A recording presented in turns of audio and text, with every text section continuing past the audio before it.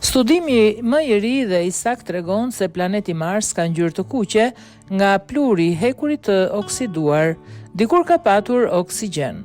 Ulëmtimet e reja tregojnë se ndryshku i mineraleve që mbulojnë sipërfaqen e planetit Mars përmban sasi të vogla ujit, çka sugjeron për një të kaluar të ftohtë dhe të lagësht. Shkencëtarët thonë se kjo mund t'i ndihmojë ata të kuptojnë gjithashtu se kur Marsi u tjetërsua në një shkret të tillë të mbuluar nga pluri i hekurit të oksiduar, shumë anije hapësinore kanë studiuar planetin Mars për dekada me radhë. Shkencëtarët e kanë ditur për shumë vite se sipërfaqja e planetit me peizazhet e liqeneve dhe lumenjve të tharë lë të kuptohet për një të kaluar kur uji i lëngshëm ishte i pranishëm. Misionet kanë zbuluar depozita akulli disa kilometra poshtë sipërfaqes së poleve të planetit. Sonda Perseverance shpresohet të sjellë brenda dekadës së ardhshme një mori monstrash që mund të ndihmojnë për të mësuar më shumë rreth planetit të kuq.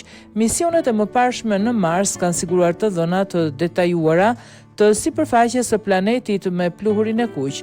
Ekipi ulëmtues thotë se përdori teknika të reja laboratorike për të treguar se ngjyra e kuqe e Marsit krijohet nga oksidet e hekurit që përmbajnë sasi të vogla uji. Studimi është publikuar kohët e fundit në revistën Nature Communication. Ekipi thotë se oksidi i hekurit formohet shpejt në praninë e ujit të ftohtë, çka le të kuptohet se mund të jetë formuar kur planeti Mars kishte ende ujë në sipërfaqe. Colin Wilson ka drejtuar hulumtime të Agjencisë Europiane të Hapësirës për Marsin, por nuk ishte i përfshirë drejt për drejt në studimin e fundit. Ai thotë se rezultatet tregojnë se ndryshku i gjetur në Mars, hekuri i oksiduar rreth 140 milion milje larg, nuk është aq i ndryshëm nga fenomeni që shohim në tokë. Atmosfera e Marsit është jashtëzakonisht e thatë, vetëm disa të qindat e 1% është avull uji, kështu që do të jetë një formë jashtëzakonisht e thatë e ndryshkut. Por studimi i fundit, i cili është kryer përmes një kombinimi të vëzhgimeve nga sondat amerikane dhe europiane, tregon se lloji i ndryshkut që gjendet në Mars është shumë i ngjashëm me ndryshkun që ne njohim në tokë, i cili mund të jetë i oksiduar aq i thatë, por në fakt ka një përmbajtje të konsiderueshme uji në të. Autori kryesor i studimit, Adomas Valantinas, i filloi hulumtimet e tij mbi Marsin në Universitetin e Bernës dhe i përfundoi në Shtetet e Bashkuara në Universitetin Brown. Ai thotë se ulëmtimi i ri shpjegon se planeti u bë kaq i kuq.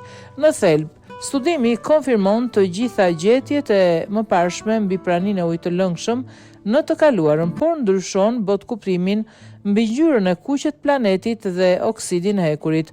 Pra e dim që kjo ndodhi kur kishte ujë të lëngshëm dhe gjithashtu mund të ketë pasur një formë oksigjeni, ndoshta nga uji ose një brim tjetër, çka shpjegon procesin e oksidimit ose ndryshkun. Zoti Valantinas thotë se hulumtime të tjera sugjerojnë se ndryshimet në mjedisin ujor të Marsit duhet të kenë ndodhur miliarda vite më parë, ndonse ky është spekullim. Ne dim nga studime të tjera për praninë e ujit të lëngshëm, le të themi rreth 3 miliard vite më parë. Oksidimi mund të ketë ndodhur gjatë kësaj periudhe. Sipas tij, erat mund ta kenë përhapur ndryshkun e tjetërsuar në pluhur në mbar planetin dhe nuk ka patur rreshje për ta larë atë. Ndaj është i pranishëm. Megjithatë, shkencëtarët kanë prova se Marsi dikur kishte ujë. Ata ende nuk e dinë se nga mund të ketë ardhur, thot ai.